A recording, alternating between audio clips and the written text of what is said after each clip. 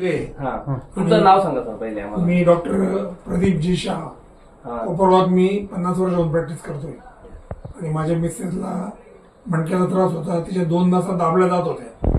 त्याच्यासाठी तिला मणक्यामध्ये आम्ही 2-3 वेळा इंजेक्शन दिले. प्लेटलेट लायसेट थेरपी केली बॉम्बेमध्ये. नंतर बरेच ॲलोपॅथीचे बरेच औषधं दिले, इंजेक्शन पण दिले. ओके. तिला फरक पडला नाही. एवढा फरक पडायचा लगेच परत चालू व्हायचं दुखायचं. आता हे जे आम्ही औषधं चालू केले आयुर्वेदिक, ओके. तर त्याच्यानी तिने औषधं चालू केल्यानंतर 2 का 3 दिवसात तिचं पेन गायब झालं एकदम जादू झालं.